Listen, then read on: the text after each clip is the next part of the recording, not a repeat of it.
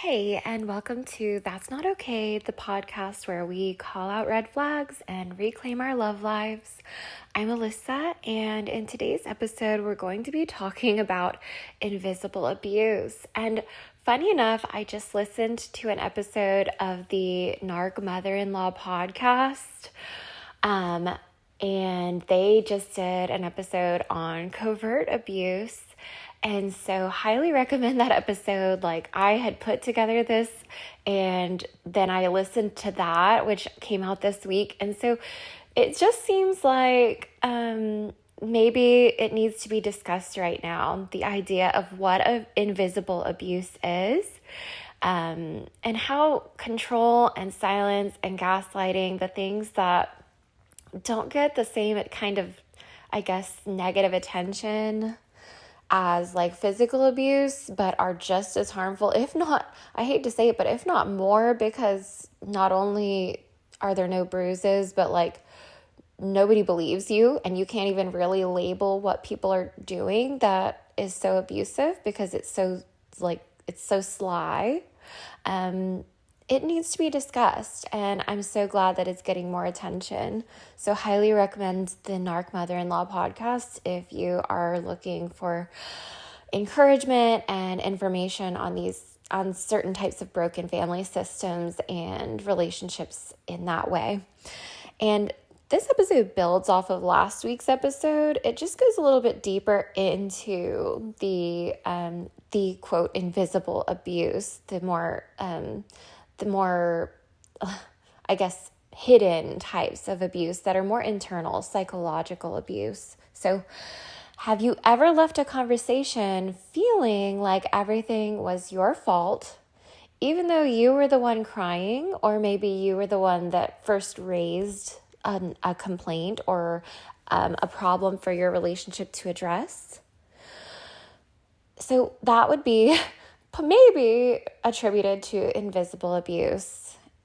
And invisible abuse is abuse that leaves no bruises, but it destroys your self-worth. It makes you question yourself. So examples might be the silent treatment, shifting blame on you, even subtly forgetting quote unquote important things, playing dumb, which would be weaponized incompetence, acting calm while you unravel, and especially while they cause you to unravel, and they just act like you are overreacting, you are unhinged, when their conduct completely justifies you being frustrated, you being angry, you being hurt. Let me say and emphasize and make it super clear, this is not in your head, it's a pattern, and it's not okay. So what is invisible abuse? As we just kind of outlined, it might be stonewalling, which looks like shutting down, refusing to talk, and withdrawing without resolution. That might be the silent treatment, as we just said. Gaslighting, which would be rewriting reality, like maybe saying, I never said that, or you're imagining things, or, oh, I said this when they didn't really say anything like that. That would be gaslighting. Passive aggression, doing the opposite of what they say they'll do with fake innocence.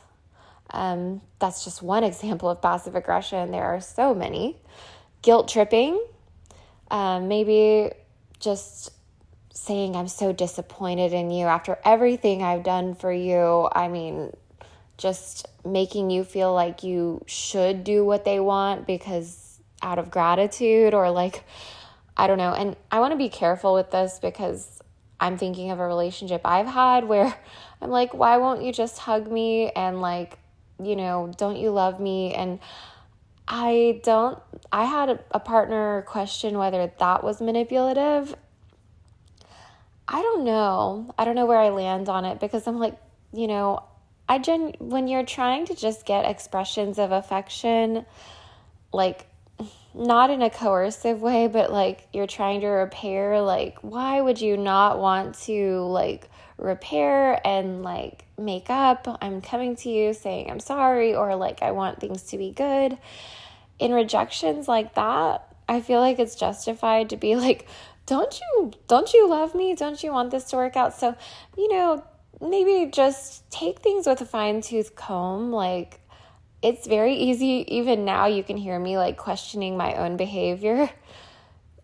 Perfection is not the goal. It is like, are they trying to like coerce you into doing things or manipulate you into doing things that benefit them, or like that they want you to do that don't benefit you or harm you? Well, really, that harm you. So like repairing a relationship is good for everybody. But like choosing, for example, like guilt tripping a spouse in deciding against their own spouse when you're like a narcissistic mother-in-law, for example, that is harmful to the child who they're like guilt tripping. Blame shifting, again, you're always the reason they act out. So they might say things like, you drive me crazy, you make me act this way. The stereotypical guy that hits his wife and says, she made me do it, or vice versa, the husband who is like, being, I don't know, mistreated by his wife, and the same could be said, like, he made me do it. What these tactics have in common is that they destabilize your reality, they create confusion, not clarity, and they leave you doing the emotional labor.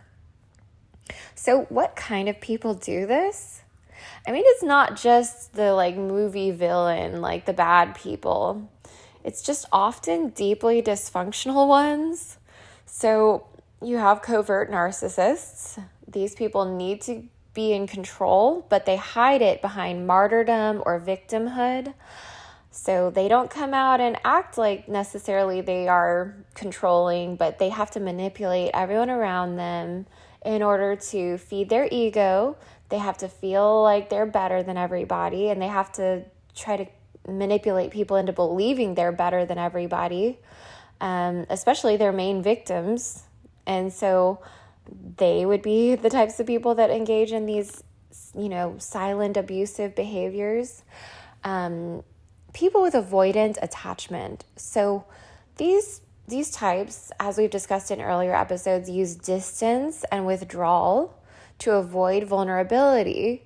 Now, don't mistake me. I'm not saying feel sorry for these people because they had wounds from childhood. Like, yes, that may be true, but they are choosing behaviors. If they're in a mature relationship or a marriage with you, if they're using withdrawal and distance to avoid vulnerability, they're misusing your relationship and essentially abusing you and their relationship with you to feed their own needs. And that is not okay. And people who are emotionally immature or underdeveloped adults, they can't handle conflict, so they manipulate to feel in control. Like, think about the kid on the playground that like shoves another kid because you took my candy bar or you took my toy. So you can have people that literally get stunted and stay in that place. Now, I again want you to hear me. Don't think, oh, well, they'll grow up one day, because no, like a lot of times when people get that way and stay that way as adults, it's through broken thinking patterns that have justified them staying stunted. Their own thinking reinforced their regression. And so their thinking justifies their every single behavior. They are always going to be the victim. You are worthy of the treatment you're receiving. Like, they don't feel bad. They feel totally justified. So no, don't hang tight like, oh, he's going to get better, she's going to change. Because if they are showing you a pattern of entitlement and like vindictiveness that is frankly childish, and you are in an adult relationship, they're not really in the business of change in most cases.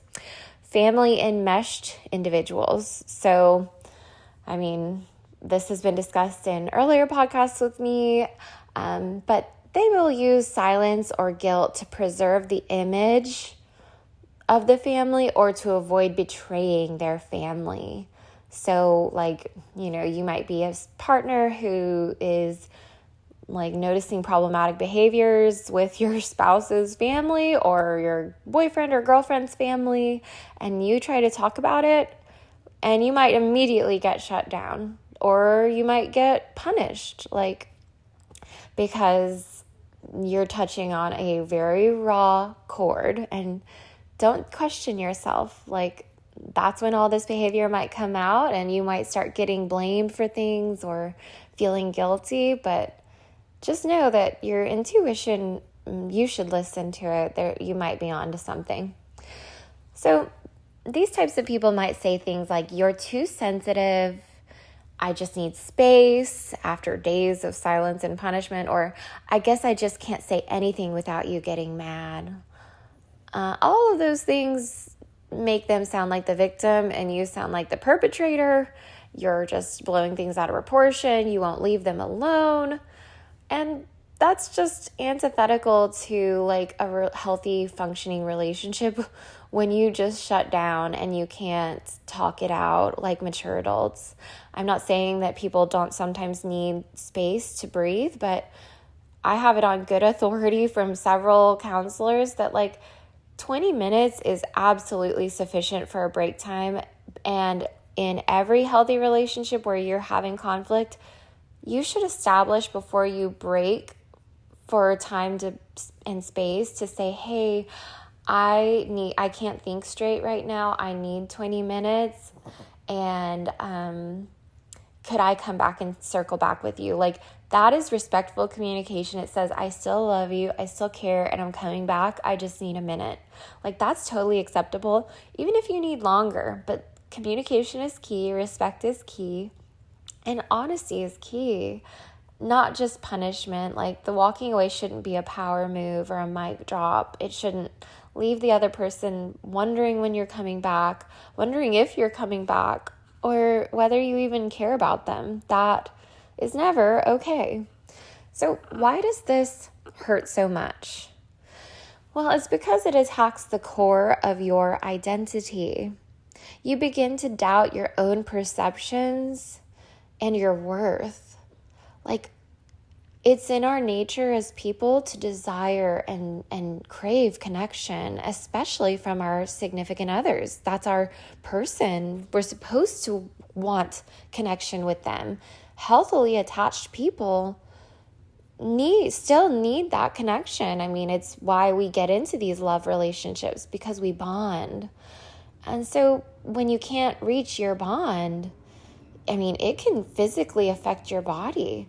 So this is so painful because it goes against like the human bonding, or like the social contract, unspoken social contract that comes with entering a romantic relationship with another human being. And this can lead to anxiety and PTSD symptoms. And another issue with it is that you're constantly in defense mode, trying to decode your partner or their family member or whoever you're having conflict with. You're trying to decode their tone, their silence, their meaning. Like, it can have you walking on eggshells, and this is terrible for your nervous system. We're meant for like safety in our romantic relationships, and it is fine if you have conflict in your relationship. That's healthy, that's normal. But if you can't raise a legitimate concern without it becoming World War III, or them disrespecting you or attacking your personhood or withdrawing love from you, this will mess with your physical body, your nervous system, and it'll make you sick. You begin to feel like your needs are minimized, or that they're unreasonable. So you start to question your own thinking patterns, your morals, your values. Like, was I raised weird? That I want a hug, or that I want like us to be able to work out problems? You know, your worldview should not be questioned. Those are healthy behaviors in relationships. And if your relationship is making you question your approach to like how you bond and how you recover from a conflict, that's scary. And you do start to internalize blame for things that are not your responsibility. Like, we are each responsible for what we do with our emotions. The emotions themselves, like, maybe sometimes they're, in fact, quite often, especially with dysfunctional people, the emotions are based on broken thinking patterns. For example, like a narcissistic person, a person with narcissistic personality disorder will take any criticism as an attack, and they will genuinely feel angry even if your feedback is valid. They will genuinely feel angry, and for not a good reason. In fact, for a reason that is like counter-relational. But even if they do get, even if people overreact, or like they have something that is not reasonable for them to feel emotionally about, that's not even the problem. The problem is what you do with your emotions, and that is always within your control. So if you start to feel like you're to blame for someone else's bad emotional reactions, you just are bad for them, you make them crazy, you make them mean, you're bringing out the worst in them, that is not true. So I just want to say that loud and clear. None of us, well, maybe some, but like there's really, gosh, knock on wood, like there's not anything that you can do that's going to make me want to kill somebody. Like I don't have that desire. And, so I guess that's just an extreme example. Like what you do with your feelings, no matter how angry, no matter how whatever, that's within each person's control. And good parents would have taught their kids how to self-regulate. Even good parents who, like, even if good parents, it's not, I guess, not all on the parent. Like, the kid can go their own way. Even if a person goes their own way, though, and they don't have the best reactions all the time, people are supposed to grow. We are evolving creatures. We have neuroplasticity. Like, we can always grow and mature. So the onus is on your partner to practice self-control and to care for your needs. They do matter. Invisible abuse makes you ask, am I the problem? Am I crazy? Am I abusive for wanting to talk? Yeah, it often feels worse than yelling or overt cruelty, because at least those are recognizable. So here's why you wonder if you're the bad guy. There are some key psychological dynamics going on that keep you taking on the responsibility for your broken relationship dynamics when really it's your problematic partner. So that would be projection. They accuse you of what they're doing. Manipulated apologies. You end up apologizing just to make peace even when you're not wrong, because they've typically engaged in DARVO, deny, argue, reverse victim offender tactics when you raise an issue. Learned helplessness. You stop standing up for yourself because it never works, so you just give up. I've definitely done things like that in my past. You are safer not saying anything and hoping that there'll be a better day to address a concern. And you're the emotionally intelligent one. So you're willing to do the repair work. You're willing to look and reflect on yourself and say, am I the problem? That is healthy behavior. But toxic personalities, toxic people take that good nature that should be the norm, and they manipulate and twist it and use it against you so that they can avoid accountability at all costs. They want you constantly thinking, I need to improve, I need to grow, I need to change, I'm the problem. When you're the one carrying the relationship, you start to think you're also the one breaking it. So how to break the cycle? If you are on the receiving end of these invisibly abusive behaviors, first name it. When you're experiencing it, say, this feels like stonewalling, gaslighting, or passive aggression. Label it as it comes to you and see what they do. I mean, it may not change things, but you are you are identifying their behaviors, and that's empowering. They can't hide from you and from the truth anymore when you say it. Like, I remember a time where I've said in the moment, it must feel really powerful for me to be saying, like, I care about you and, like, I want to work this out, and for you to just, like, act like this and say mean things and walk out the door as if I don't matter. That must be really powerful to you. And so in that moment, it says, you're not the victim, you are the perpetrator. You are harming me. And that's empowering. Stop justifying yourself. You don't owe long explanations for your feelings.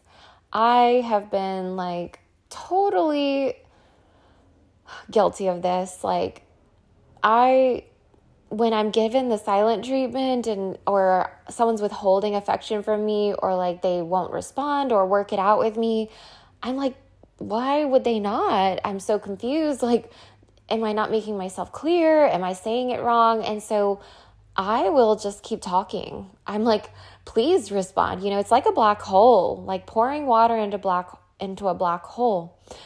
You don't owe them that. If they respected you, they would be talking back to you. But if you're just getting a Stonewall or the silent treatment, they don't respect you one bit. So just walk away, save your breath, and just discover that you matter. And I know that's harder to do than it sounds, but start the process today, one brick at a time. Write a journal, like, value your thoughts and feelings. Writing it down is super helpful for that. Because your partner doesn't. If they're engaging these behaviors, there's no respect. And no, if they're engaging in this behavior when they're angry, don't forget it during the good times. Like, you should get, like, them at their worst should never, like, make you question whether they respect you or care in a healthy relationship.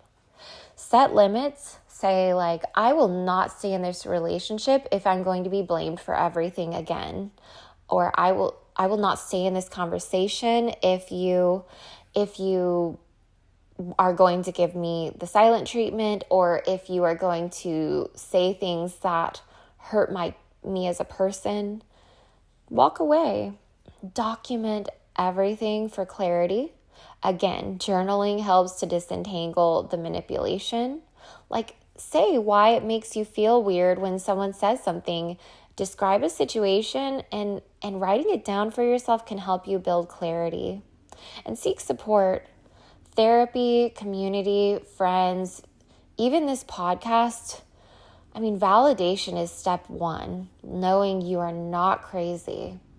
Make this your mantra. Healthy love makes you feel clear, not confused. So what if you're the one engaging in these behaviors?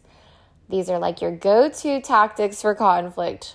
If you're willing to admit, like, I definitely give the silent treatment, I will totally flip it back on someone, I do have a hard time apologizing, well, great. You are better off than most people who engage in that behavior.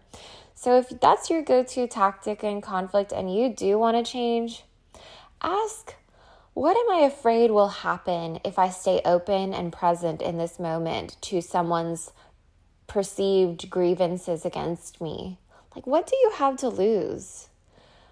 I can assure you, you have way more to lose by being defensive, by flipping it back, by manipulating somebody, by avoiding accountability, than you do by just listening and saying, hey, I care about what you have to say. I don't like what you're saying, but help me understand where you're coming from.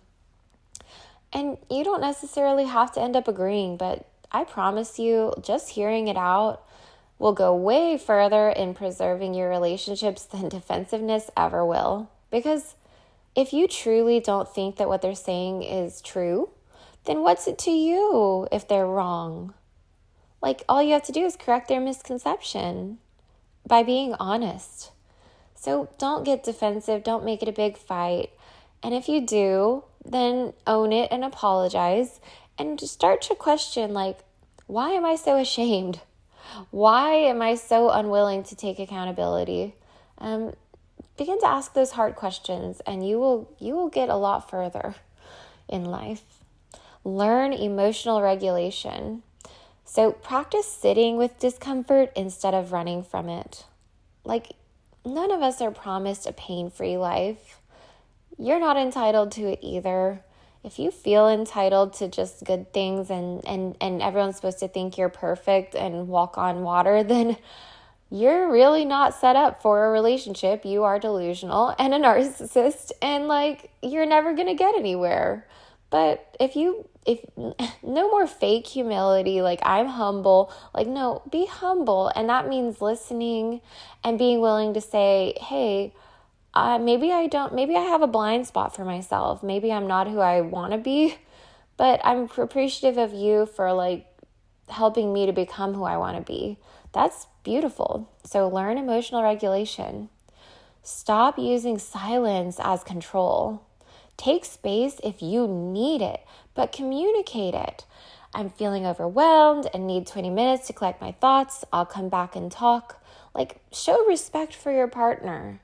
Don't just respect yourself and feel victim. Like, you're in a mutual relationship with somebody you love. So show them that.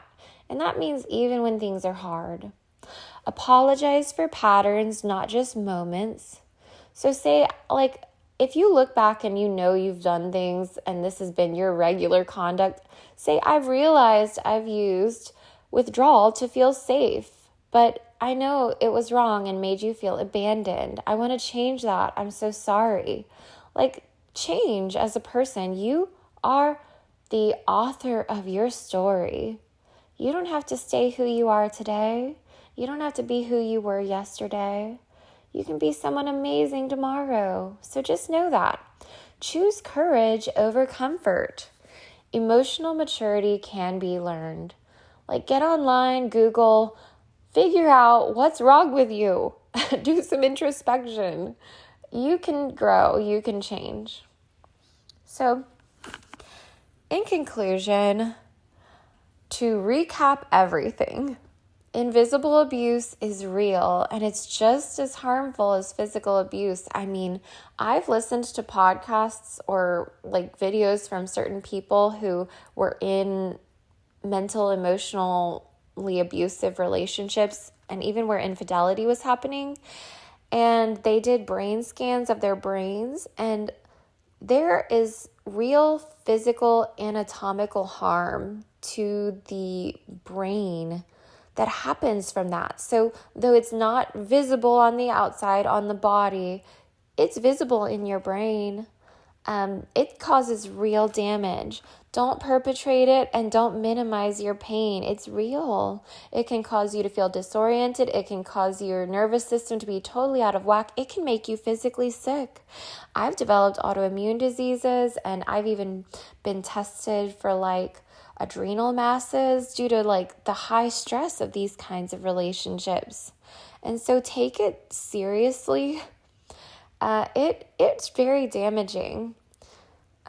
That kind of abuse erodes your identity, your clarity, and your peace, and it is absolutely not okay.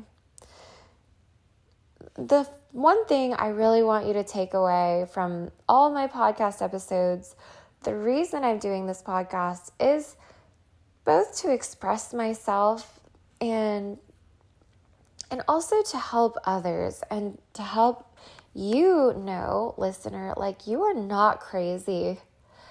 You are right to draw boundaries. You are right to call out these behaviors. You are not asking for too much when you say this is unacceptable. Just know that's not okay, and you are not alone.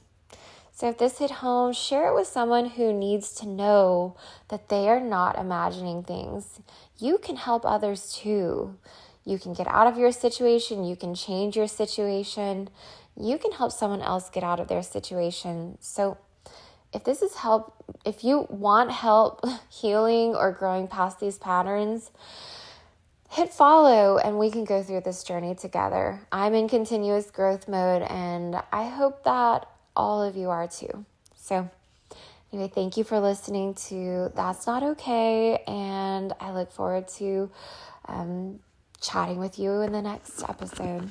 Bye.